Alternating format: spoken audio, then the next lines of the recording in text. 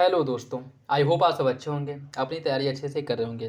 साथियों, इस वीडियो में हम लोग जनगणना, नगरीकरण और उससे रिलेटेड जो भी क्वेश्चंस है इसमें देखेंगे हम लोग। और यह एक वीडियो मात्र आप लोगों के जनगणना, नगरीकरण या फिर से जो आपके राष्ट्रीय जनगणना है या फिर से यूपी जनगणना है उससे रिलेटेड जो भी डाउट है वो क्लियर हो जाएंगे। और उससे रिलेटेड जो भी फैक्ट है जो एग्जाम में क्वेश्चंस पूछे जाते हैं या फिर जहाँ से बनते हैं वो सारे जो है आपको इसमें देखने को मिलेंगे।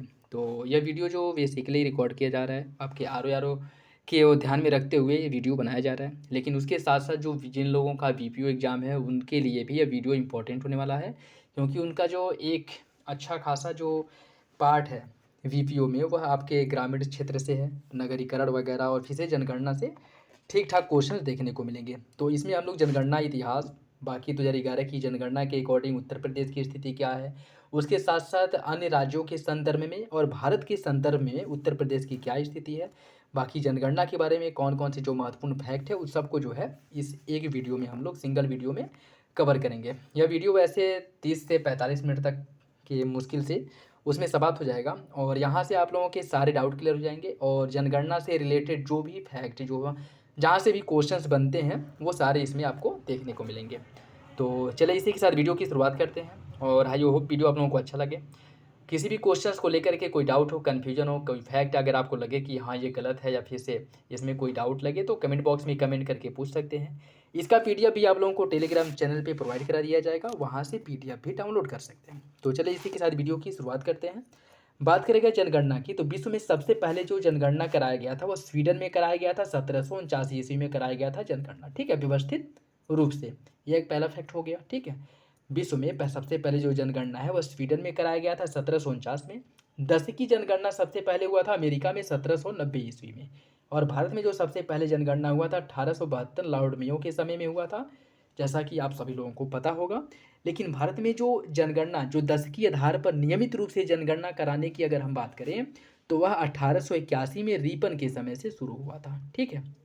2011 की जो जनगणना थी वह भारत की 15वीं जनगणना थी और स्वतंत्रता के बाद अगर पूछे तो यह भारत की 7वीं जनगणना थी, ठीक है। वैसे 2011 की जनगणना 15वीं जनगणना थी, लेकिन स्वतंत्रता के बाद को किस नंबर की जनगणना थी तो 7वें नंबर की जनगणना थी। जनगणना को संविधान की 7वीं अनुसूची में रखा गया है, ये भी याद रखिएगा। जनगणना जो है उसे संविधान की 7वीं अनुसूची में रखा गया है, ठीक है। और अनुच्छेद 246 में भारत की जनगणना की जिम्मेदारी दी गई किसको? केंद्र सरकार को। तो जनगणना कराने की जो जिम्मेदारी है वो केंद्र सरकार के पास है और केंद्र सरकार का यह कर्तव्य है या फिर से उसका यह दायित्व है कि वह समय समय पर अर्थात हर 10 वर्ष के अंतराल पर जनगणना कराए। लेकिन वर्तमान समय में क्या हो रहा है? नहीं हो रहा है, क्योंकि 2011 में जो जनगणना हुआ था उसके बाद होना तो चाहिए कि 2021 में जनगणना हो जाना चाहिए, ठीक है। 2021 में 2021 की बात करें तो उस समय कोरोना का जो प्रकोप था उसकी वजह से मान सकते हैं कि 1 साल 2 साल डिले हो गया। अभी जो है 2025 चल रहा है, अब तक तो जनगणना हो जाना चाहिए लेकिन नहीं हुआ है, ठीक है, जो कि ये अच्छी बात नहीं है, ठीक है। तो याद रखिएगा अनुच्छेद भी आर्टिकल 264 246 के तहत भारत की जनगणना की जो जिम्मेदारी है वह केंद्र सरकार की होती है।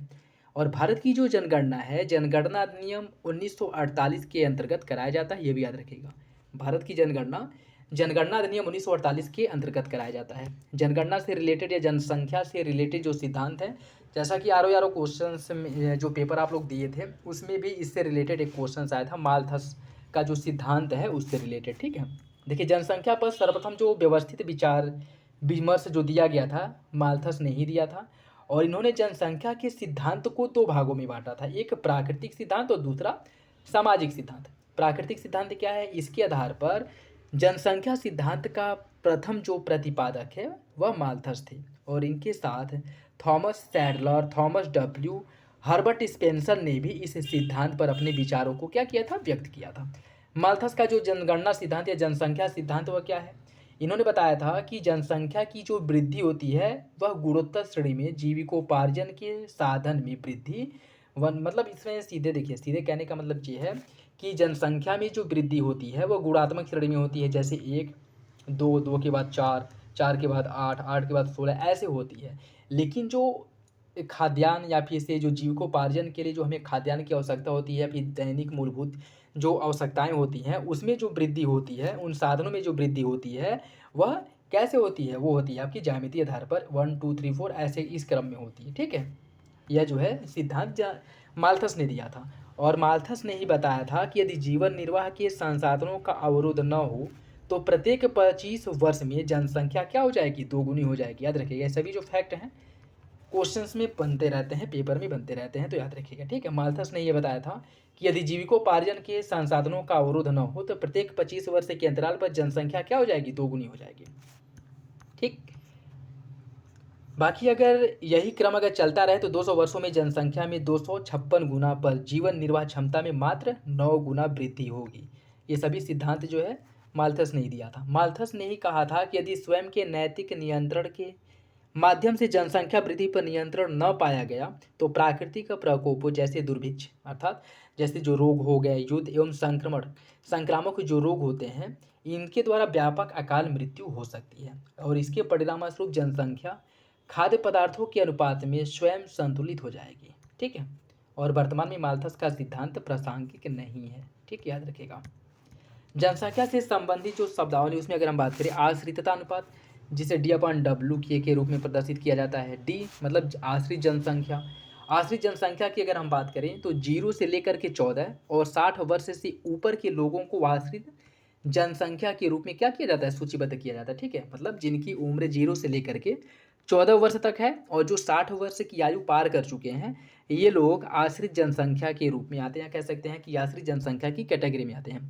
कार्यशील जनसंख्या, यहाँ पे W को कार्यशील जनसंख्या के रूप में इंडिकेट किया गया है और 15 से लेकर के 59 वर्ष के लोगों जो होते हैं, या कह सकते हैं कि 15 से लेकर के 59 वर्ष आयु के बीच के जो लोग होते हैं उन्हें कार्यशील जनसंख्या के रूप में क्या किया जाता है, सूचीबद्ध किया जाता है, ठीक है।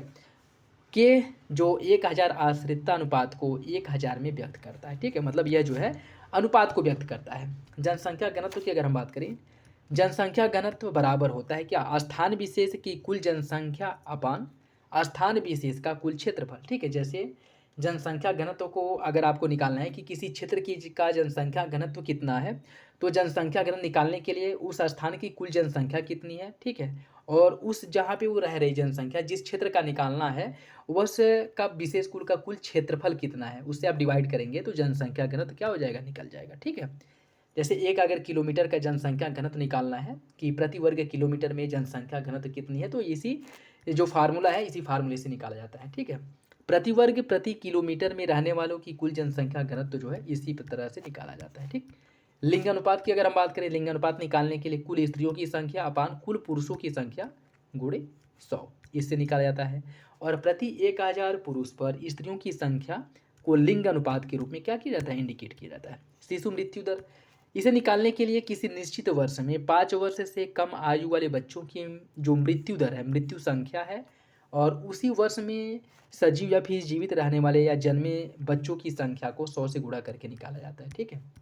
तो वैसे ऐसे क्वेश्चंस तो नहीं आते हैं, लेकिन फिर भी आप लोगों को पता होना चाहिए, ठीक है, क्योंकि अभी जो नए पैटर्न के अकॉर्डिंग क्वेश्चंस बन रहे हैं, पूछे जा रहे हैं, तो किस तरह से क्वेश्चन बन जाए, पूछे जाएँ, कोई नहीं जानता है, ठीक है। शिशु लिंगानुपात की बात करें 0 से 6 वर्ष में, इसमें बालिकाओं की कुल संख्या 0 से 6 वर्ष अपान बालकों की कुल संख्या 0 से 6 वर्ष गुणे 1000, इससे जो है शिशु लिंगानुपात निकाला जाता है। दशकीय वृद्धि दर को निकालने के लिए 10 वर्षों की मध्य जनसंख्या में हुई प्रतिशत वृद्धि को दशकीय जनसंख्या कहा जाता है, और इसे निकालने के लिए वर्तमान जनसंख्या में से पूर्व जनसंख्या को माइनस करके अपान पूर्व जनसंख्या गुणे 100, इससे जो है दशकीय जनसंख्या वृद्धि दर को निकाला जाता है। साक्षरता जो लिटरेसी रेट है या लिटरेसी रेशियो, इसको निकालने के लिए आपको साक्षरता अनुपात L/7 + P गुणे 100, ठीक है, अर्थात L मतलब साक्षर व्यक्तियों की संख्या, P बराबर होता है 7 प्लस आयु वाली संख्या, मतलब 7 प्लस आयु वाली जो जनसंख्या है उसको इससे इंडिकेट किया जाता है, ठीक है।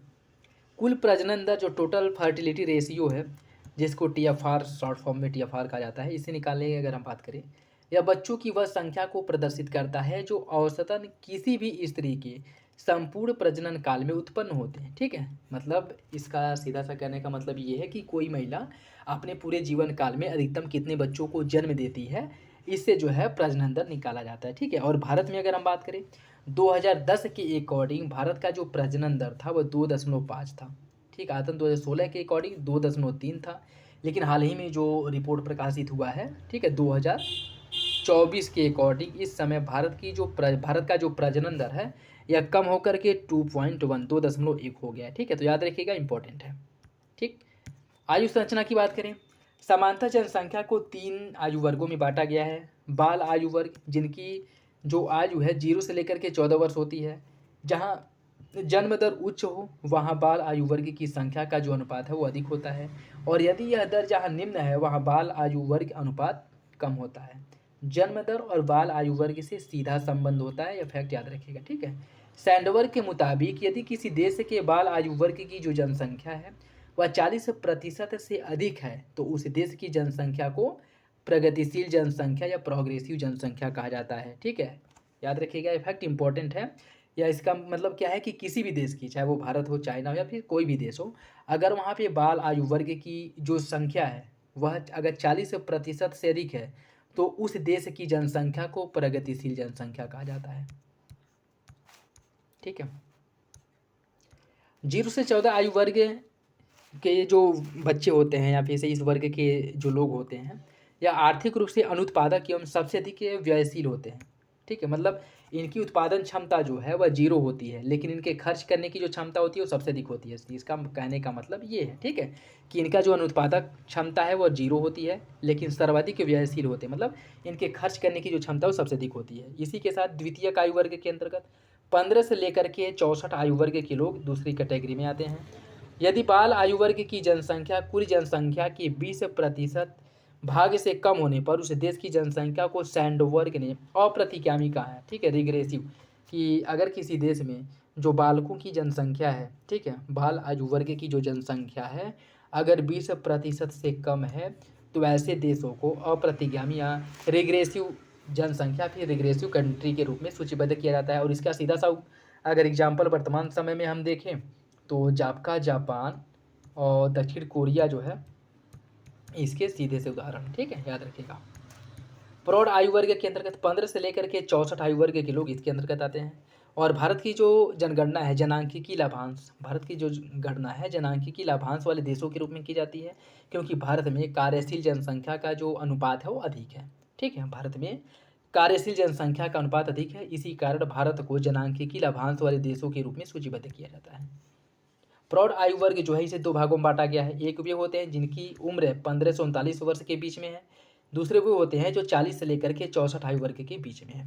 15 से लेकर के 39 आयु वर्ग को युवा वर्ग कहा जाता है, जो सशक्त, प्रजननशील, क्रियाशील और उत्पादक होते हैं। ठीक है, जिसमें मतलब ये सशक्त होते हैं, उसके साथ साथ यह प्रजननशील होते हैं, बच्चे पैदा करने की जो क्षमता होती है इनके अंदर ज़्यादा होती है, उसके साथ साथ यह क्रियाशील होते हैं और यह उत्पादक होते हैं। अन्य जो कैटेगरी है, अन्य जो आयु वर्ग है उनकी तुलना में यह अधिक उत्पादक होते हैं, इनके कार्य करने की क्षमता जो है वो अधिक होती है। ठीक है, और जो 60 से लेकर के 64 आयु वर्ग के बीच के लोग हैं उन्हें प्रौढ़ वर्ग के रूप में सूचीबद्ध किया गया है। प्रौढ़ आयु वर्ग जो है यह अत्यधिक संरचनशील होती है। प्रौढ़ आयु वर्ग पर ही बाल आयु वर्ग और वृद्ध आयु वर्ग के पालन पोषण की जिम्मेदारी होती है। ठीक है, याद रखिएगा। वृद्ध आयु वर्ग की बात करें, 65+ जो लोग होते हैं उन्हें इस कैटेगरी में रखा जाता है। सैंडबर्ग ने कहा था कि जब किसी देश में वृद्धि नहीं, ये वृद्ध है। ठीक है, जब किसी देश में वृद्ध आयु वर्ग में 8% से कम जनसंख्या होती है तो वह प्रगतिशील जनसंख्या कहलाती है। मतलब किसी भी देश में जो वृद्ध लोग हैं अर्थात 65+ लोगों की संख्या अगर 8% से कम है तो उस देश को प्रगतिशील या प्रोग्रेसिव जनसंख्या कहा जाता है। ठीक है, इसके साथ साथ जब किसी देश में वृद्ध आयु वर्ग के लोगों की संख्या 8 से लेकर के 16% के बीच में होती है तब ऐसे होती है तो इस जनसंख्या को स्टेशनरी जनसंख्या कहा जाता है। ठीक है, और जब किसी देश में वृद्ध आयु वर्ग की संख्या 16% से अधिक होती है तब इसे अप्रतिगामी कहा जाता है। यह तीनों कैटेगरी जो है याद रखिएगा। अगर 8% से कम है तो प्रोग्रेसिव जनसंख्या है, 8 से 16% के बीच में है तो इसे स्थिर जनसंख्या के रूप में कहा जाता है, और अगर 16% से अधिक है तो इसे अप्रतिगामी या रिग्रेसिव जनसंख्या के रूप में सूचीबद्ध किया जाता है। ठीक है, यह तीनों कैटेगरी कौन कौन सी हैं याद रखिएगा। विकासशील देशों में वृद्ध आयु वर्ग में 60 वर्ष से अधिक आयु के लोगों को शामिल किया जाता है। ठीक है, तो भारत में जो है यह 65 नहीं 60+ है। भारत में जो है अगर 60 वर्ष के आप हो गए हैं तो आपको माना जाएगा कि आप वृद्ध हो गए हैं। ठीक है, और विकसित देशों में यही जो आंकड़ा है वो 65 वर्ष है। अन्य कुछ महत्वपूर्ण तथ्य अगर हम देखें तो भारत की सांख्यिकी मंत्रालय द्वारा 2015 में जारी रिपोर्ट के अनुसार प्रतिशत की दृष्टि से सर्वाधिक 60+ लोगों की जो संख्या है वह कहाँ पे है? केरल में है।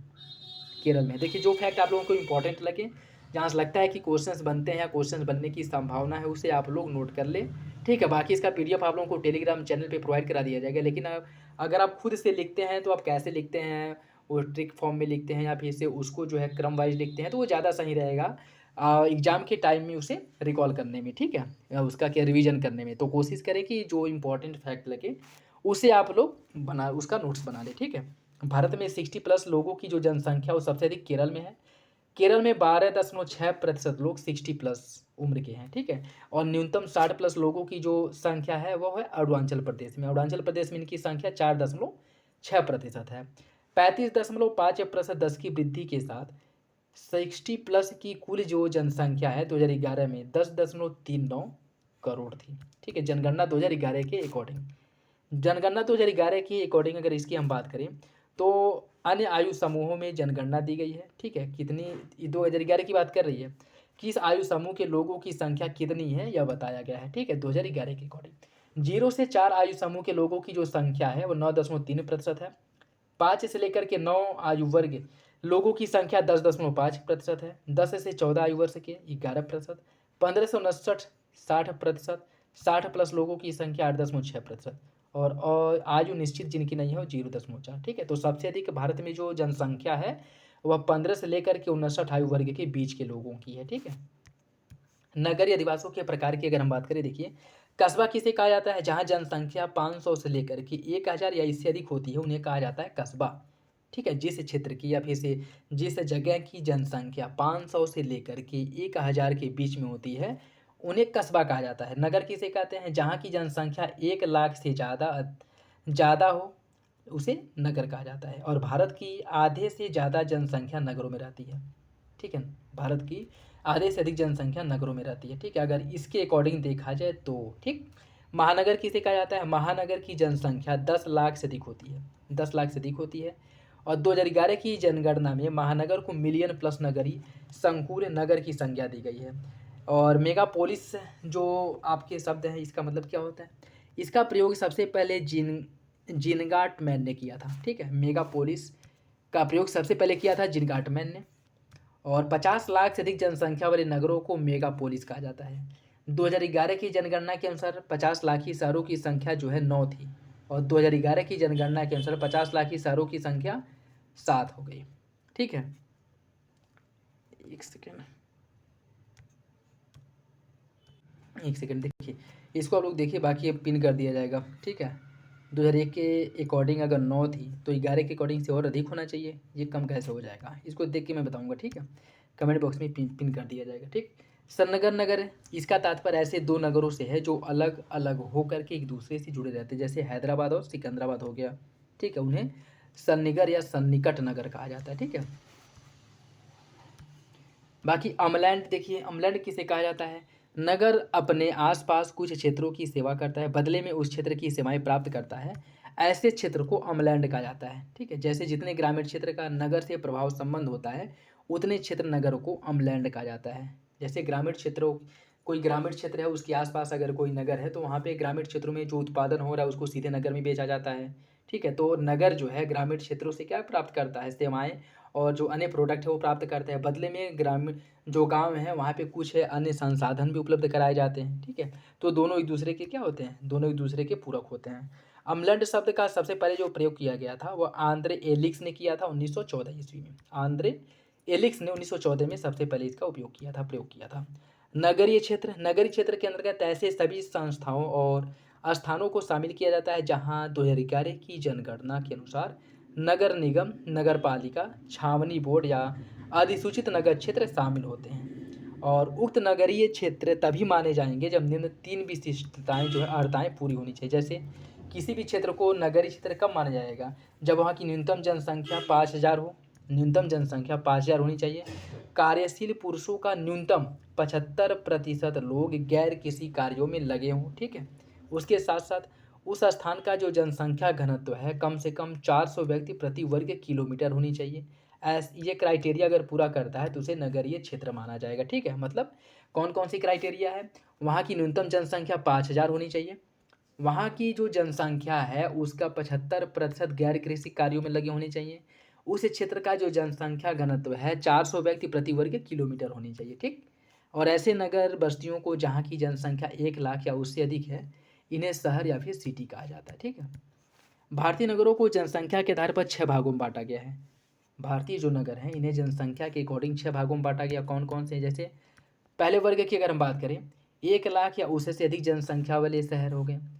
ठीक है, वो जनसंख्या वाले जो शहर हैं। द्वितीय वर्ग के अंतर्गत जो शहर आते हैं, तृतीय वर्ग में इसके अंतर्गत आ जाएंगे 50,000 से लेकर के 99,000 तक की जनसंख्या वाले शहर। चतुर्थ के अंतर्गत 20,000 से 49,000 तक की जनसंख्या। और जो पाँचवा समूह है इसमें 10,000 से लेकर के 19,999। और छठा जो है उसमें आ जाएगा आपका 5,000 से लेकर के 9,999 तक की जनसंख्या। ठीक है, और 5,000 से कम जनसंख्या नहीं होनी चाहिए। ठीक है, ये इसके अंतर्गत आ जाएंगे। भारत की जनगणना तो जानकारी के जनगणना पर आधारित जो है, जो कुछ फैक्ट हैं वो अगर हम देखें तो भारत की जनसंख्या विश्व की कुल जनसंख्या का 17.5 है। भारत का क्षेत्रफल इसके विश्व के क्षेत्रफल का 2.4 है, लेकिन जनसंख्या 17.5 है। 2001 से लेकर के 11 के बीच में भारत की जनसंख्या में 18.18 करोड़ जनसंख्या की वृद्धि हुई है। उसी के साथ भारत कृषि प्रधान देश है, जहाँ 2011 की जनगणना के अनुसार भारत की 68.9% जनसंख्या गाँव में निवास करती है। जनगणना 2011 के अनुसार भारत की जनसंख्या की जो दशकीय वृद्धि दर है वो 17.70% है। जनगणना 2011 के अनुसार ये बताया जा रहा है। ठीक है, याद रखिएगा। और भारत की जो जनसंख्या की वार्षिक वृद्धि जो है वो 1.64% है। 1.64% है। 1921 को जनसंख्या के इतिहास में महान विभाजक वर्ष कहा जाता है। 1911 से लेकर के 21 को मध्य अधिकांशतः अकाल एवं महामारी के कारण जो बहुत सारे प्रकोप आए थे, अकाल आए थे, महामारी आए थे, सूखा, भूखमरी की स्थिति के कारण जो है मृत्यु दर अधिक हो गई। और उस समय क्या हुआ था कि जनसंख्या में ह्रास हो गया था, जिस कार्य से महान विभाजक, जनसंख्या का महान विभाजक भी कहा जाता है। ठीक है, जनसंख्या में ह्रास के कारण इसे महान विभाजक वर्ष कहा जाता है। प्रशासनिक स्वरूप अगर हम देखें, जनगणना विभाग जो है गृह मंत्रालय केंद्रीय स्तर पर, उसके बाद महारजिस्ट्रार एवं जनगणना आयुक्त आते हैं राज्य स्तर पर। ठीक है, स्थानीय जनसंख्या निदेशक आते हैं राज्य स्तर पर, फिर जनगणना निदेशक आते हैं। क्षेत्रीय स्तर पर क्षेत्रीय उपनिदेशक आते हैं। जिला स्तर पर जिलाधीश, प्रदेश में अलग अलग नामों से इसे जाना जाता है। महापालिका स्तर पर मुख्य नगर अधिकारी आते हैं। ठीक है, जिनके द्वारा जनगणना कराया जाता है। ठीक है, जनगणना का जो कार्य है इन्हीं के द्वारा संपादित होता है। तहसील स्तर पर जो है उप जिलाधिकारी, और अंतिम स्तर पर जो प्रगणक हैं वो आ जाते हैं। ठीक, वास्तव में अगर हम बात करें, घर जाकर जनगणना का कार्य करते हैं कौन? जो प्रगणक होते हैं, और इस पर जो है पूरी श्रृंखला की अंतिम महत्वपूर्ण कड़ी जुड़ी होती है। और जनगणना 2011 की जनगणना का जो आदर्श वाक्य था, हमारी जनगणना हमारा भविष्य। ठीक है, 2011 की जनगणना जो 15वीं जनगणना थी और स्वतंत्र भारत की 7वीं जनगणना थी। भारत में जनसंख्या वृद्धि अवधि को समझने के लिए अगर इसे हम 4 भागों में बांट कर देख सकते हैं। स्थिर जनसंख्या की अवधि जो थी 1901 से लेकर के 1921 तक भारत की जनसंख्या स्थिर थी। इस समय मृत्यु दर अधिक थी, जिसका प्रमुख कारण भूखमरी, अकाल महामारी। इस अवधि में जन्म दर और मृत्यु दर, इस समय जो जन्म दर और मृत्यु दर में है इसमें अंतर बहुत कम था, जिस कारण वृद्धि दर न्यूनतम थी। ठीक है, मतलब इसमें ये था कि अगर 10 लोग पैदा हो रहे हैं तो 8 से 9 लोग मरी जा रहे थे। ठीक है, 8 से 9 लोग मर रहे थे, क्योंकि जन्म दर के साथ साथ अकाल जो है, महामारी, उसके साथ साथ जो है अन्य जो सामाजिक विसंगतियां और प्रकोप वगैरह फैले थे, जिस कारण मृत्यु दर भी उच्च था, जन्म दर भी उच्च था। तो इस समय जनसंख्या एक स्थिर दर से आगे बढ़ रही थी। ठीक है, तो मतलब स्थिर जनसंख्या का इसे टाइम ड्यूरेशन कह सकते हैं 1901 से लेकर के 1921 तक। धीमी गति से जनसंख्या वृद्धि जो है 1921 से 1951 तक धीमी गति से जनसंख्या में वृद्धि हुई थी। ठीक है, क्यों? क्योंकि इसमें कुछ स्वास्थ्य सुविधाएं उपलब्ध कराई गई। ठीक है, उसके साथ साथ जो अकाल वगैरह पड़ते थे इसके पहले, उसमें जो है कमी आई, जिस कारण जनसंख्या में मतलब धीमी गति से वृद्धि देखने को मिला था। तीव्र गति से जनसंख्या में जो वृद्धि हुआ था 1951 से लेकर के 1981 तक हुआ था, और इस समय अप्रत्याशित जनसंख्या में वृद्धि देखने को मिला था, जिसका मुख्य वजह था खाद्य पदार्थों और स्वास्थ्य सेवाओं का विकास होना। ठीक, जैसे 1951 में जनसंख्या 36.10 करोड़ थी, और यह जनसंख्या 1981 में बढ़ करके 68.33 करोड़ हो गई। तो आप देख सकते हैं कि जनसंख्या में कितनी तेज़ी से वृद्धि हुई थी और इसी अवधि में जनसंख्या विस्फोट अवस्था में पहुंच गई थी। ठीक है, इसी अवधि को जनसंख्या विस्फोट की अवस्था भी कहा जाता है। ठीक, जनसंख्या वृद्धि में जो ह्रास हुआ था, स्वतंत्रता के बाद पहली बार जो जनसंख्या में गिरावट आया था 1971-81 के बीच में देखी गई थी और 2001 से 11 में गिरावट दर्ज की गई। उसके साथ साथ वार्षिक वृद्धि दर इसमें जो है 101.64% देखा गया था। ठीक है, स्वतंत्रता के बाद जो जनसंख्या में गिरावट देखने को मिला है 71 से 81 के बीच में और 1 से 11 के बीच में भी गिरावट दर्ज किया गया था। वर्तमान समय में जो वार्षिक वृद्धि दर है जनसंख्या की वह 1.64% है जनगणना 2011 के अनुसार। जनगणना 2011 के आंकड़ों की अगर हम बात करें तो इसमें जो राज्य केंद्र शासित प्रदेश और वृद्धि दर प्रतिशत में दादर नागर हवेली की जनसंख्या में वृद्धि दर जो है 58.88% देखने को मिला था। दमन दीव में 55.76, ठीक है, पुदुचेरी में 28.08, मेघालय में 27.95, अरुणाचल प्रदेश में 26.03, बिहार में 25.42। देखिए सभी राज्यों का याद करने की जरूरत नहीं है। उत्तर प्रदेश की बात करें तो 20.23। ठीक, न्यूनतम 10 की जनसंख्या वृद्धि दर वाले अगर राज्यों की बात करें तो इसमें है आपका नागालैंड, ठीक है, 0.58%, केरल 4.91%, लक्षद्वीप 6.30, अंडमान निकोबार 6.86, गोवा 8.23। ठीक है, इसमें जो है न्यूनतम 10 की जनसंख्या वृद्धि दर देखने को मिला था। और जनसंख्या आंकड़ों की बात करें वृद्धि दर प्रति जो 10 वर्ष में प्रतिशतता में जो वृद्धि हुई थी और अन्य यह देखिए बहुत ज़्यादा इम्पोर्टेंट नहीं है। ठीक है, बाकी आप देखिए कि 1921 में जो जनसंख्या की वृद्धि दर है इसमें गिरावट देखने को मिला था। बाकी सभी वर्षों में जनसंख्या में वृद्धि हुआ है, लेकिन कितना हुआ है यह आप लोग अगर देखना चाहें तो 1 से 11 वाला देख सकते हैं। जैसे 2001 में जनसंख्या में जो वृद्धि दर हुई थी वह 21.54% हुई थी और 2011 में यही 17.70%। ठीक है, सर्वाधिक 10 की जनसंख्या वृद्धि दर 1961 से लेकर के 71 के बीच में देखने को मिला था। इस समय 24.6% थी।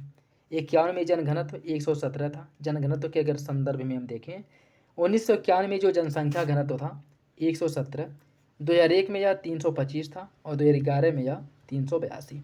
2011 में 382। क्षेत्रफल की दृष्टि से सबसे बड़ा राज्य है राजस्थान। क्षेत्रफल की दृष्टि से सबसे बड़ा केंद्र शासित प्रदेश अंडमान निकोबार द्वीप समूह है। ठीक है, क्षेत्रफल की दृष्टि से सबसे छोटा राज्य है गोवा।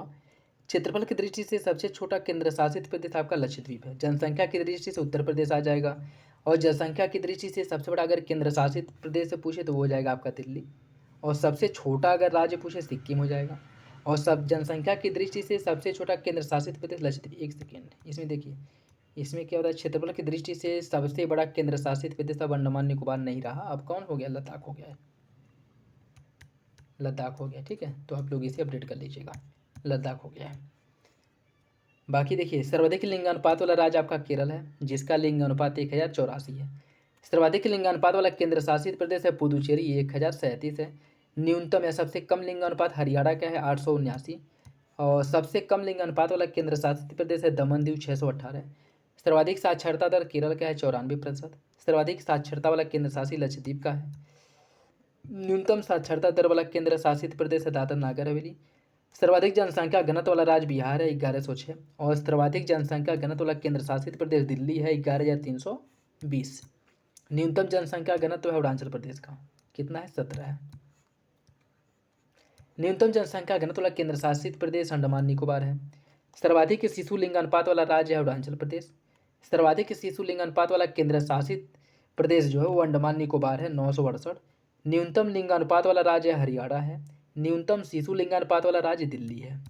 ठीक है, उसके साथ साथ सर्वाधिक दशकीय वृद्धि दर वाला राज्य है आपका मेघालय, 27.95% इसकी दशकीय वृद्धि दर है।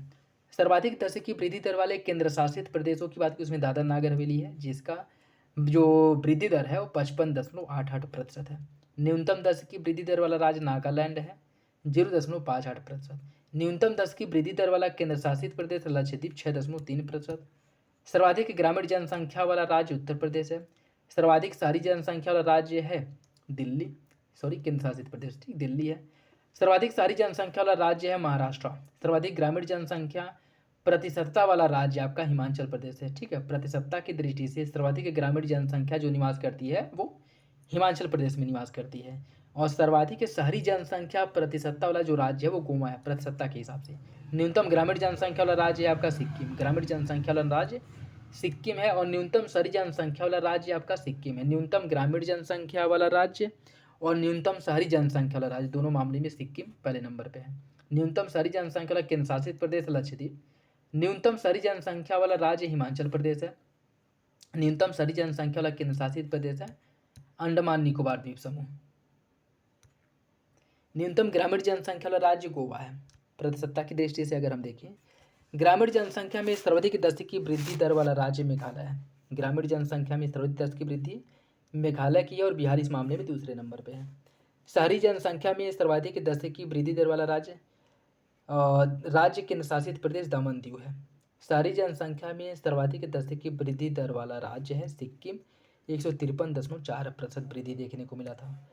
सबसे अधिक शहरी लिंगानुपात वाला राज्य केरल है। सबसे अधिक ग्रामीण लिंगानुपात वाला राज्य, सबसे अधिक शहरी और सबसे अधिक ग्रामीण, इन दोनों मामलों में लिंगानुपात वाला सबसे अधिक राज्य जो है वो केरल है। केंद्र शासित प्रदेश में जहाँ पे सबसे अधिक लिंगानुपात है वो आपका ग्रामीण क्षेत्रों में पुदुचेरी है। केंद्र शासित प्रदेश में सबसे अधिक शहरी लिंगानुपात, देखिए केंद्र शासित प्रदेश जिसमें लिंगानुपात के मामले में चाहे शहरी हो या फिर ग्रामीण हो, लिंगानुपात के मामले में जहाँ पे सबसे अधिक लिंगानुपात है ग्रामीण और शहरी क्षेत्रों में, उस मामले में पुदुचेरी पहले नंबर पे है। ठीक है, ग्रामीण और शहरी दोनों मामलों में। ठीक, और सबसे अधिक शहरी लिंगानुपात और सबसे अधिक ग्रामीण लिंगानुपात के मामले में अगर राज्यों की बात करें तो केरल पहले नंबर पे है। और अगर क्या कहते हैं कि केंद्र शासित प्रदेश की बात करें तो पुदुचेरी पहले नंबर पे। ठीक है, न्यूनतम शहरी लिंगानुपात वाला जो राज्य है वो आपका जम्मू कश्मीर है। न्यूनतम ग्रामीण लिंगानुपात वाला राज्य हरियाणा है। न्यूनतम शहरी लिंगानुपात वाला राज्य है जम्मू कश्मीर और न्यूनतम ग्रामीण लिंगानुपात वाला राज्य हरियाणा है। केंद्र शासित प्रदेशों में न्यूनतम शहरी लिंगानुपात वाला राज्य है दमन दीव, 551। केंद्र शासित प्रदेशों में न्यूनतम ग्रामीण लिंगानुपात वाला राज्य चंडीगढ़ है, 690। सबसे अधिक अनुसूचित जाति जनसंख्या वाला राज्य है उत्तर प्रदेश। अनुसूचित जाति जनसंख्या वाला राज्य उत्तर प्रदेश है। सबसे अधिक अनुसूचित जनजाति जनसंख्या वाला राज्य मध्य प्रदेश में। ठीक, सबसे अधिक अनुसूचित जाति जिस राज्य में निवास करते हैं उस मामले में उत्तर प्रदेश पहले नंबर पे है। और सबसे अधिक अनुसूचित जनजाति जिस राज्य में निवास करते हैं उस मामले में मध्य प्रदेश पहले नंबर पे है। सर्वाधिक अनुसूचित जाति वाला जो राज्य है प्रतिशतता की दृष्टि से, सर्वाधिक अनुसूचित जाति वाला राज्य प्रतिशतता की दृष्टि से पंजाब पहले नंबर पे है। सर्वाधिक अनुसूचित जनजाति वाला राज्य प्रतिशतता की दृष्टि से मिजोरम आपका पहले नंबर पे है। ठीक है, सर्वाधिक अनुसूचित केंद्र शासित प्रदेशों में लक्षद्वीप आपका पहले नंबर पे है। ठीक, लक्षद्वीप। साक्षरता के परिप्रेक्ष्य में अगर हम देखें, सर्वाधिक साक्षर जनसंख्या में वृद्धि, सर्वाधिक साक्षर जनसंख्या में वृद्धि वाला राज्य, सबसे अधिक साक्षर जनसंख्या बिहार की नहीं है, लेकिन साक्षरता में वृद्धि के मामले में जिसमें वृद्धि देखने को मिला है बिहार इस मामले में पहले नंबर पे है। सर्वाधिक साक्षर जनसंख्या में वृद्धि वाला केंद्र शासित प्रदेश अगर पूछ ले तो दादरा नगर हवेली पहले नंबर पे है। पुरुष साक्षरता में पहले नंबर पे और महिला साक्षरता दोनों मामलों में केरल पहले नंबर पे है। पुरुषों में सर्वाधिक साक्षरता अगर केंद्र शासित प्रदेश में पूछे तो लक्षद्वीप पहले नंबर पे है। स्त्रियों में सर्वाधिक साक्षरता वाला अगर केंद्र शासित प्रदेश पूछे, देखिए पुरुषों में सर्वाधिक साक्षरता वाला केंद्र शासित प्रदेश और महिलाओं में सर्वाधिक साक्षरता वाला केंद्र शासित प्रदेश, दोनों मामलों में पुदुचेरी पहले नंबर पे है। न्यूनतम पुरुष साक्षरता और न्यूनतम महिला साक्षरता के मामले में बिहार पहले नंबर पे है। न्यूनतम पुरुष साक्षरता वाला केंद्र शासित प्रदेश और न्यूनतम महिला साक्षरता वाला केंद्र शासित प्रदेश दादर नागर हवेली है। ठीक है, तो अगर केंद्र शासित प्रदेश की बात करें तो सबसे अधिक साक्षरता पुरुष और महिला लक्षद्वीप में है और सबसे कम अगर पूछे तो दादर नागर हवेली में है। ठीक, और अगर राज्यों में पूछे कि पुरुषों और महिलाओं में सबसे अधिक साक्षरता है केरल में और सबसे कम साक्षरता है बिहार में। लेकिन साक्षरता में वृद्धि अगर पूछ लिए किस किस राज्य में साक्षरता में वृद्धि सबसे तेजी से हुआ है तो बिहार उस मामले में पहले नंबर पे है। ठीक, देखिए पुरुष से स्त्री साक्षरता दर में सर्वाधिक जो अंतर है वो राजस्थान में है। पुरुषों और स्त्रियों के बीच में जो साक्षरता है और इनकी साक्षरता के बीच में जो अंतर है वह राजस्थान में सबसे अधिक है। जैसे अगर हम बात करें राजस्थान में अगर पुरुषों का साक्षरता 50% है तो उसमें से 27 माइनस कर दें, उतनी साक्षरता महिलाओं की है। तो इसमें जो गैप है इन दोनों के बीच में वह सबसे अधिक राजस्थान में है। पुरुष स्त्री साक्षरता दर में सर्वाधिक अंतर वाला जो केंद्र शासित प्रदेश वो आपका दादर नगर हवेली में है। न्यूनतम स्त्री साक्षरता और पुरुष साक्षरता में अंतर वाला राज्य मेघालय है, याद रखिएगा, इंपॉर्टेंट है। न्यूनतम पुरुष स्त्री साक्षरता में अंतर वाला केंद्र शासित प्रदेश जो है वो आपका कौन सा है, वो आपका लक्षद्वीप है। ठीक है, यहाँ पे देखिए मिसप्रिंट हो गया, लक्षद्वीप है। देश में उच्च साक्षर जिला जो है वो आपका मिजोरम है। मिजोरम का एक है सरचीप जिला। यह भारत में सबसे अधिक साक्षरता वाला जिला है। यहाँ का साक्षरता 98.76% है। और सबसे न्यूनतम साक्षरता जो है वो मध्य प्रदेश के अलीराजपुर का है पूरे भारत में। यहाँ देखिए तो जनगणना 2011 के अकॉर्डिंग जो कुछ महत्वपूर्ण आंकड़े हैं, जैसे कि जिस राज्य की अगर हम बात करें उत्तर प्रदेश राज्य की साक्षरता, उस राज्य का लिंग अनुपात, महिला पुरुष साक्षरता पिछली जनगणना एवं वर्तमान जनगणना का उपयुक्त बिंदु पर जो वो किया गया है, इसकी अगर हम बात करें तो जी देखिए जनसंख्या की दृष्टि से शीर्ष 5 राज्य पर जनसंख्या की दृष्टि से बता रहा है। ठीक है, इसमें उत्तर प्रदेश आपका पहले नंबर पे है, महाराष्ट्र दूसरे, बिहार तीसरे, पश्चिम बंगाल तीसरे, आंध्र प्रदेश चौथे। ठीक, जनसंख्या की दृष्टि से शीर्ष केंद्र शासित प्रदेशों में दिल्ली पहले नंबर पे, पुदुचेरी दूसरे, चंडीगढ़ तीसरे, अंडमान निकोबार चौथे और दादर नागर हवेली 5वें नंबर पे है।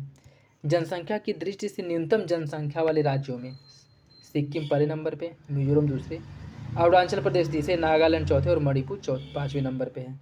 जनसंख्या की दृष्टि से न्यूनतम जनसंख्या वाला केंद्र शासित प्रदेश लक्षद्वीप पहले नंबर पे है, दमन दीव दूसरे नंबर पे। ठीक है, दमन दीव दादर नागर हवेली अभी तो यह एक ही हो गया है, अंडमान निकोबार दूसरे और चंडीगढ़ चौथे नंबर पे है। जनसंख्या में शीर्ष 10 की वृद्धि दर वाला राज्य कौन सा है? जनसंख्या में अगर हम 10 की वृद्धि दर की बात करें तो सबसे अधिक जो 10 की वृद्धि दर देखने को मिली है मेघालय में। इस मामले में मेघालय पहले नंबर पे, अरुणाचल प्रदेश दूसरे, बिहार तीसरे, जम्मू कश्मीर चौथे नंबर पे है। जनसंख्या में सर्वाधिक 10 की वृद्धि दर वाला केंद्र शासित प्रदेशों में दादर नागर हवेली पहले नंबर पे है। ठीक है, दादर नागर हवेली दमन दीव पहले नंबर पे है, पुदुचेरी दूसरे, दिल्ली तीसरे और चंडीगढ़ चौथे नंबर पे है। जनसंख्या में न्यूनतम 10 की वृद्धि वाला जो राज्य है वो नागालैंड पहले नंबर पे है, केरल दूसरे, गोवा तीसरे, आंध्र प्रदेश चौथे, सिक्किम 5वें नंबर पे। नागालैंड में जो जनसंख्या में वृद्धि है वो नेगेटिव में थी। ठीक है, -0.58%। जनसंख्या में न्यूनतम 10 की वृद्धि दर वाला केंद्र शासित प्रदेश है लक्षद्वीप, अंडमान निकोबार, चंडीगढ़, दिल्ली और पुदुचेरी। ठीक है, देखिए जनघनत्व की दृष्टि से सर्वाधिक जनघनत्व वाले राज्यों की बात करें, सर्वाधिक जनघनत्व जनसंख्या घनत्व है बिहार का 1106, पश्चिम बंगाल इस मामले में दूसरे नंबर पे आता है 1028, केरल तीसरे नंबर पे 860, उत्तर प्रदेश चौथे नंबर पे 828। ये देखिए आर में या क्वेश्चन ऐसे सेम टू सेम यही क्वेश्चन था और बिल्कुल एग्जैक्ट ऐसे ही पूछा था जनसंख्या के अकॉर्डिंग जो है इन्हें क्रम से लगाने के लिए। ठीक है, जनसंख्या की दृष्टि से सर्वाधिक जन घनत्व वाले केंद्र शासित प्रदेश की अगर हम बात करें तो इसमें दिल्ली पहले नंबर पे है, चंडीगढ़ दूसरे, पुदुचेरी तीसरे, दमन दीव जो है वो चौथे नंबर पे है। न्यूनतम जनघनत्व वाले राज्यों की बात करें तो उसमें अरुणाचल प्रदेश पहले नंबर पे है, मिजोरम दूसरे, सिक्किम तीसरे, नागालैंड चौथे और हिमाचल प्रदेश 5वें नंबर पे है। न्यूनतम जनघनत्व वाला केंद्र शासित प्रदेशों में अंडमान निकोबार पहले नंबर पे है, दादर नागर हवेली जो है वो आपके दूसरे नंबर पे, लक्षद्वीप तीसरे नंबर पे है और पुदुचेरी चौथे नंबर पे है। लिंग अनुपात की अगर हम बात करें 2001 के अकॉर्डिंग लिंग अनुपात 933 था और 2021 की था 943, तो लिंग अनुपात में थोड़ी बहुत वृद्धि हुई है। ठीक है, सर्वाधिक लिंग अनुपात वाले 30 राज्यों की बात करें तो सबसे अधिक लिंग अनुपात केरल में है, उसके बाद है तमिलनाडु में, फिर है आंध्र प्रदेश, फिर छत्तीसगढ़, फिर आपका मेघालय है। ठीक है दोस्तों, वीडियो अगर अच्छा लगे तो लाइक ज़रूर कर दिया करें और किसी भी जो पॉइंट को लेकर के, किसी भी फैक्ट को लेकर के अगर डाउट हो तो कमेंट बॉक्स में कमेंट करके पूछ सकते हैं। ठीक है, न्यूनतम लिंग अनुपात वाले राज्यों की अगर हम बात करें तो हरियाणा पहले नंबर पे है, फिर है जम्मू कश्मीर, फिर सिक्किम है, फिर पंजाब है, उसके बाद आपका उत्तर प्रदेश। उत्तर प्रदेश का कितना है 912। सर्वाधिक लिंग अनुपात वाले शीर्ष केंद्र शासित प्रदेशों की बात करें तो पुदुचेरी पहले नंबर पे है, लक्षद्वीप है दूसरे नंबर पे, अंडमान निकोबार तीसरे और दिल्ली आपका चौथे नंबर पे है। न्यूनतम लिंग अनुपात वाला केंद्र शासित प्रदेश दमन दीव पहले नंबर पे है, दमन दीव दादर नागर हवेली पहले नंबर पे है, चंडीगढ़ दूसरे नंबर पे है और दिल्ली आपका तीसरे नंबर पे। केंद्र शासित प्रदेशों की बात हो रही है। ठीक है, शिशु लिंगानुपात देखिए 2001 के अकॉर्डिंग जो है शिशु लिंगानुपात 927 था और 2011 के अनुसार 919 है, मतलब शिशु लिंगानुपात में क्या है कमी देखने को मिला है। ठीक है,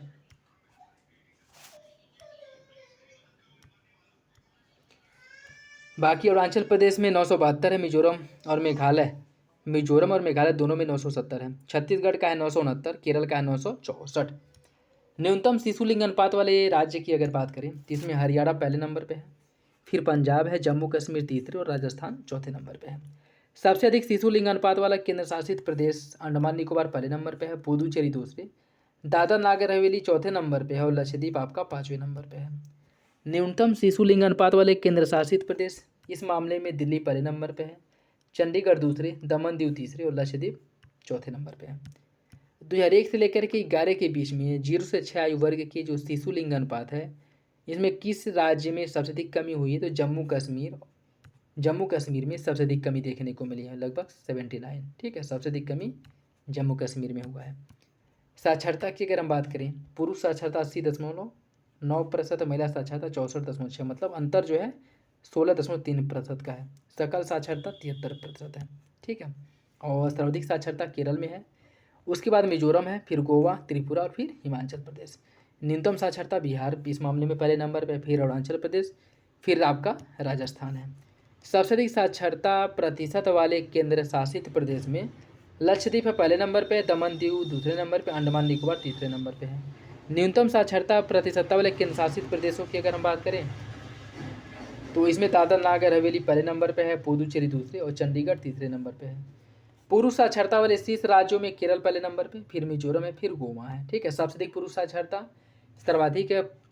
सबसे अधिक साक्षरता, सर्वाधिक पुरुष साक्षरता और सर्वाधिक महिला साक्षरता के मामले, तीनों मामले में केरल पहले नंबर पे। ठीक है, न्यूनतम पुरुष साक्षरता, न्यूनतम साक्षरता और न्यूनतम महिला साक्षरता, इन मामले में बिहार पहले नंबर पे है। ठीक, ये भी याद रखिएगा।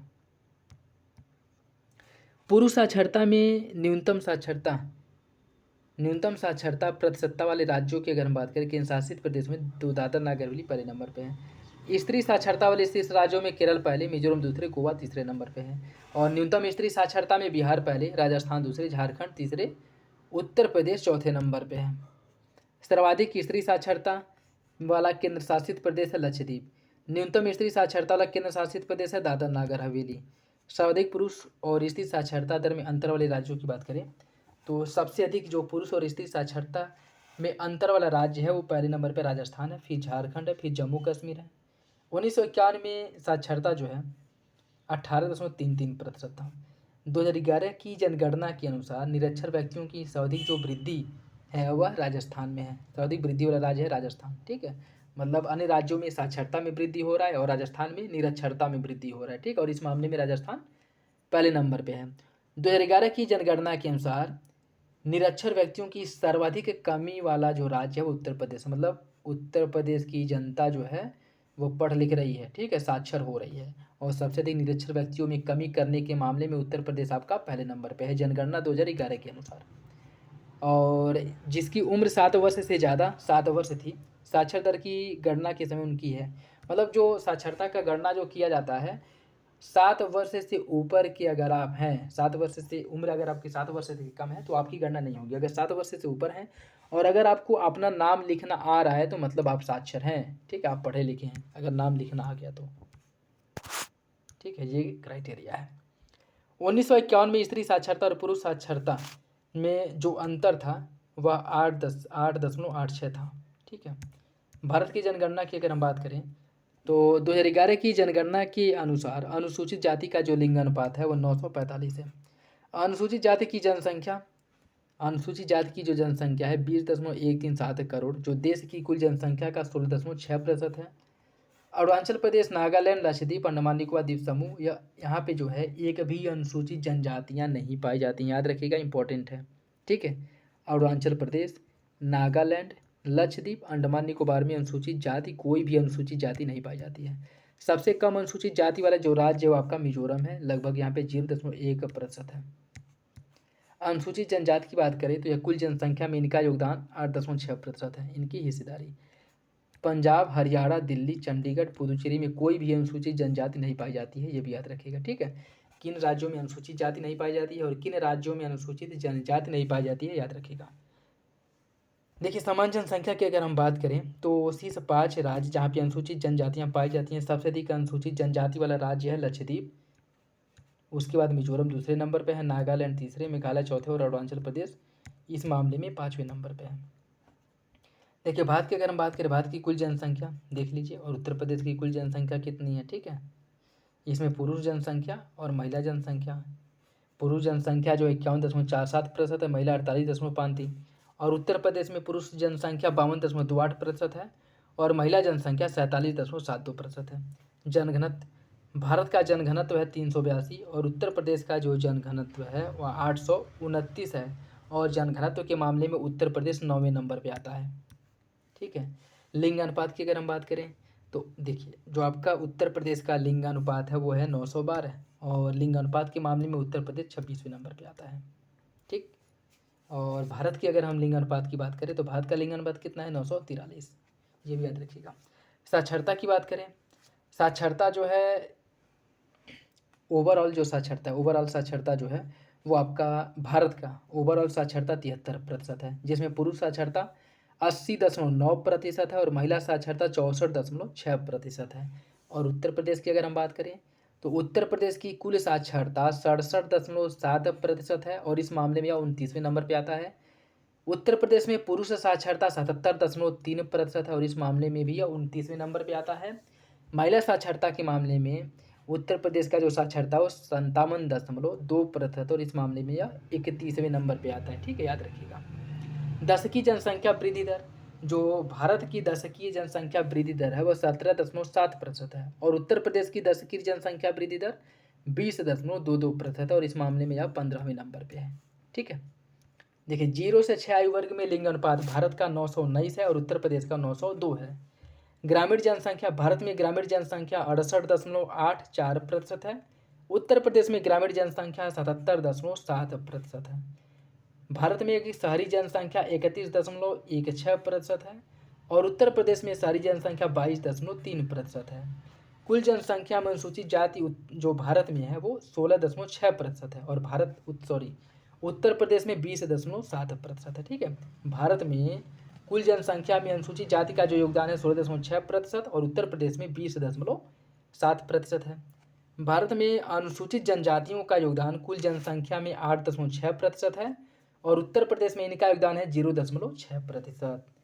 भारत का जो जन्म दर है वह 21.4% है। उत्तर प्रदेश का जन्म दर है 27.2% और इस मामले में यह दूसरे नंबर पे आता है। पहले नंबर पे कौन है? पहले नंबर पे अपना बिहार है। ठीक।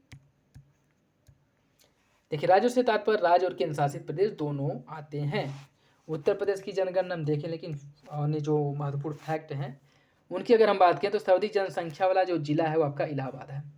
सर्वाधिक पुरुष जनसंख्या वाला जिला भी इलाहाबाद है। सर्वाधिक महिला जनसंख्या वाला जिला भी इलाहाबाद है। 0 से 6 आयु वर्ग की सर्वाधिक जो जनसंख्या वाला जिला है वो भी आपका इलाहाबाद प्रयागराज है। न्यूनतम जनसंख्या वाला जिला है महोबा। न्यूनतम पुरुष और महिला जनसंख्या वाला जिला भी महोबा ही है। ठीक है। बाकी सर्वाधिक जनसंख्या वाले जिले की बात करें तो इलाहाबाद, दूसरे नंबर पे मुरादा, गाजियाबाद तीसरे नंबर पे, आजमगढ़ चौथे नंबर पे और न्यूनतम आबादी में महोबा पहले नंबर पे, चित्रकूट दूसरे, हमीरपुर तीसरे और श्रावस्ती चौथे नंबर पे है। ठीक है। बाकी सर्वाधिक पुरुष आबादी वाले जिले की बात करें, जहाँ पे पुरुष आबादी सबसे अधिक है उस मामले में प्रयागराज पहले नंबर पे है, मुरादाबाद दूसरे और गाजियाबाद तीसरे। ऐसे देखिए इलाहाबाद, मुरादाबाद, गाजियाबाद तीनों में लास्ट में बाद है। ठीक है। तो इलाहाबाद, मुरादाबाद, गाजियाबाद ऐसे याद रखिएगा। ठीक। और सर्वाधिक महिला जनसंख्या वाला जो जिला का है वो है आपका इलाहाबाद, आजमगढ़, जौनपुर। ठीक। इलाहाबाद, आजमगढ़, जौनपुर।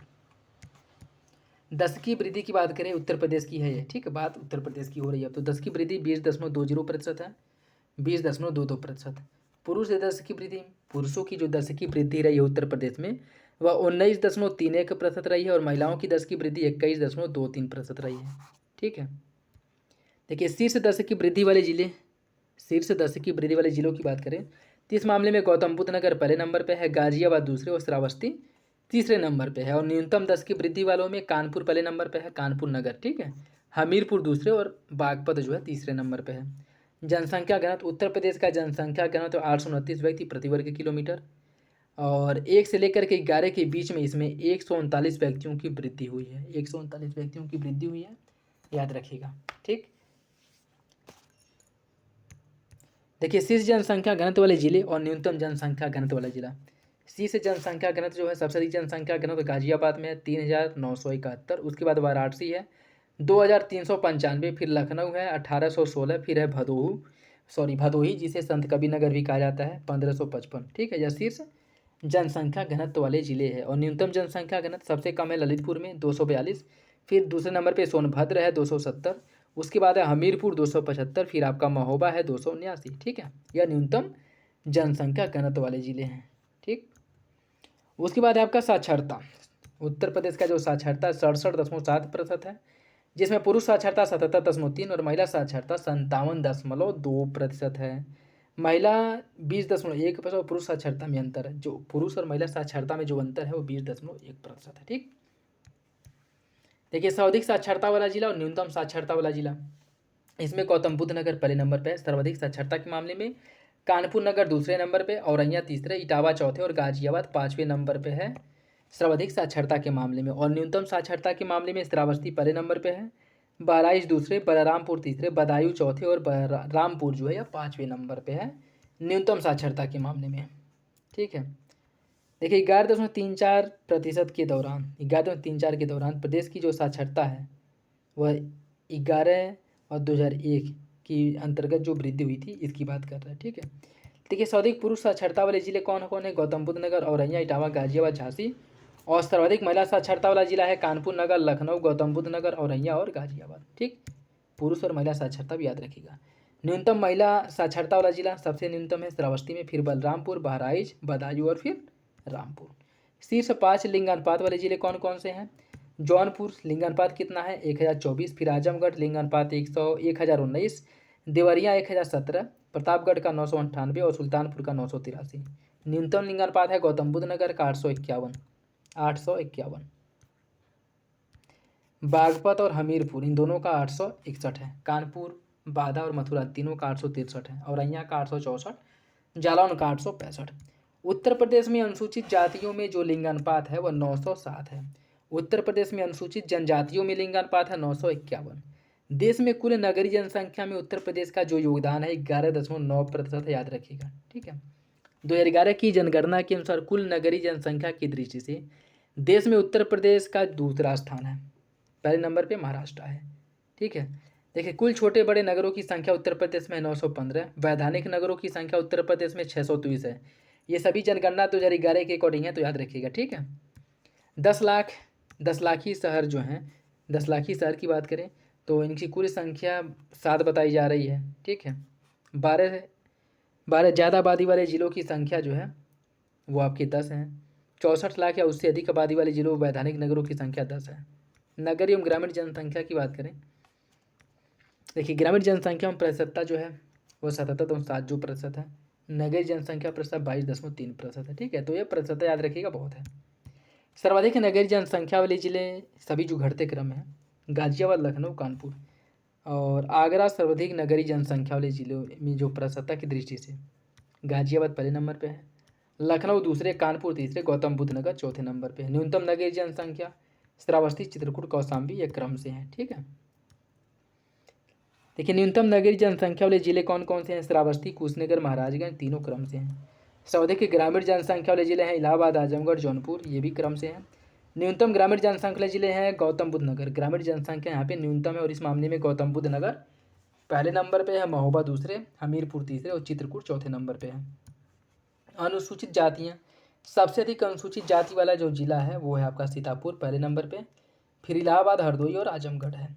सबसे अधिक अनुसूचित जाति वाले जिले प्रतिशतता की दृष्टि से अगर हम बात करें तो कौशाम्बी पहले नंबर पे है, सीतापुर दूसरे और हरदोई तीसरे नंबर पे है।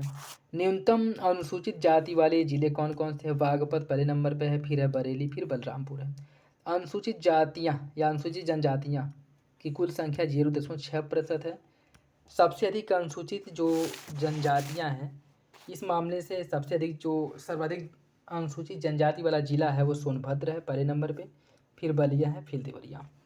सर्वाधिक अनुसूचित जनजाति वाले जिले सोनभद्र, ललितपुर, देवरिया है। ठीक है, प्रतिशतता की दृष्टि से या जनसंख्या की दृष्टि से या प्रतिशतता की दृष्टि से, तो दोनों दृष्टि से याद रखिएगा। न्यूनतम अनुसूचित जनजाति वाले जिले की बात करें तो इस मामले में बागपत, कन्नौज, बदायूं है। और प्रतिशतता की दृष्टि से बागपत, कन्नौज, बदायूं, प्रतिशतता की दृष्टि से भी जनसंख्या की दृष्टि से भी यही तीनों हैं। ठीक है, देखिए इलाहाबाद की अगर हम बात करें सर्वाधिक पुरुष जनसंख्या यहीं पे है, सर्वाधिक महिला जनसंख्या यहीं पे है और आयु वर्ग 0 से 6 आयु वर्ग में सर्वाधिक जनसंख्या यहीं की है। सर्वाधिक ग्रामीण जनसंख्या यहीं पे है, सर्वाधिक साक्षर जनसंख्या भी यहीं पे है। ठीक है, तो इन चारों पाँचों मामले में इलाहाबाद पहले नंबर पे है। श्रावस्ती की अगर बात करें न्यूनतम नगरीय जनसंख्या श्रावस्ती में है। न्यूनतम नगरीय जनसंख्या प्रतिशतता के मामले में भी श्रावस्ती पहले नंबर पे है। न्यूनतम नगरीय प्रतिशतता के मामले में भी यही पहले नंबर पे है। न्यूनतम साक्षरता के मामले में, न्यूनतम पुरुष और महिला साक्षरता के मामले में, न्यूनतम ग्रामीण साक्षरता के मामले में, न्यूनतम ग्रामीण साक्षरता प्रतिशतता के मामले में श्रावस्ती आपका पहले नंबर पे है। ठीक, कानपुर। यह सर्वाधिक महिला साक्षरता और न्यूनतम 10 की वृद्धि के मामले में कानपुर है पहले नंबर पे। गाजियाबाद सर्वाधिक जनघनत्व देखने को मिलता है यहीं पे। सर्वाधिक नगरीय जनसंख्या यहीं की है। सर्वाधिक नगरीय जनसंख्या प्रतिशतता की दृष्टि से भी यही पहले नंबर पे है। न्यूनतम ग्रामीण जनसंख्या प्रतिशतता की दृष्टि से भी गाजियाबाद पहले नंबर पे है। ठीक है, देखिए बागपत नगर की बात करें तो न्यूनतम शिशु लिंगानुपात बागपत नगर में है। न्यूनतम अनुसूचित जाति जनसंख्या एवं प्रतिशतता की दृष्टि से बागपत नगर पहले नंबर पे है। न्यूनतम अनुसूचित जनजाति जनसंख्या और प्रतिशतता की दृष्टि से भी बागपत नगर पहले नंबर पे। ठीक है, तो न्यूनतम अनुसूचित जाति जनसंख्या प्रतिशतता, न्यूनतम अनुसूचित जनजाति जनसंख्या प्रतिशतता की दृष्टि से बागपत नगर पहले नंबर पे। ठीक है, बलरामपुर की बात करें, सबसे अधिक शिशु लिंगानुपात बलरामपुर में ही है और सबसे अधिक ग्रामीण शिशु लिंगानुपात भी बलरामपुर में है। ठीक है, तो सबसे अधिक शिशु लिंगानुपात और सबसे अधिक ग्रामीण शिशु लिंगानुपात के मामले में बलरामपुर पहले नंबर पे है। गौतम बुद्ध नगर की बात करें, सबसे अधिक साक्षरता गौतम बुद्ध नगर की है। सबसे अधिक पुरुष साक्षरता भी गौतम बुद्ध नगर में है। सर्वाधिक 10 की वृद्धि भी गौतम बुद्ध नगर की ही है। ठीक है, तो ये जो है जनगणना से रिलेटेड कुछ महत्वपूर्ण फैक्ट थे। बाकी अन्य जो जनगणना से रिलेटेड आपके जो उसके इतिहास से रिलेटेड जनगणना कहाँ सबसे पहले शुरू की गई थी या फिर से मालथस अन्य जो आपके दार्शनिक या वैज्ञानिक हैं उन्होंने क्या मत दिया था, इन सबको हम लोगों ने इसमें से विस्तार से देखा है और एग्जाम के पॉइंट ऑफ व्यू से जो इम्पोर्टेंट फैक्ट है इसको इसमें देखा गया था, जो आपके आने वाली सभी परीक्षाओं चाहे वो RO हो या फिर BPO हो, सभी एग्जामों के लिए इम्पोर्टेंट है। और इसे जो है भारत और यूपी का एक दूसरे से कोरिलेट करके दिया गया है, तो इसलिए ज़्यादा इम्पोर्टेंट है और ये याद करने में ज़्यादा परेशानी नहीं होगी। तो आप लोग अपना फीडबैक जरूर दीजिएगा। बाकी किसी भी पॉइंट को लेकर के कोई डाउट हो, कन्फ्यूजन हो, कमेंट बॉक्स में कमेंट करके पूछ सकते हैं। इसका PDF भी आप लोगों को टेलीग्राम चैनल पे प्रोवाइड कर दिया जाएगा और अपना फीडबैक कमेंट बॉक्स में ज़रूर दे दिया करें। तो चले मिलते हैं अगले वीडियो में, तब तक के लिए धन्यवाद, जय हिंद।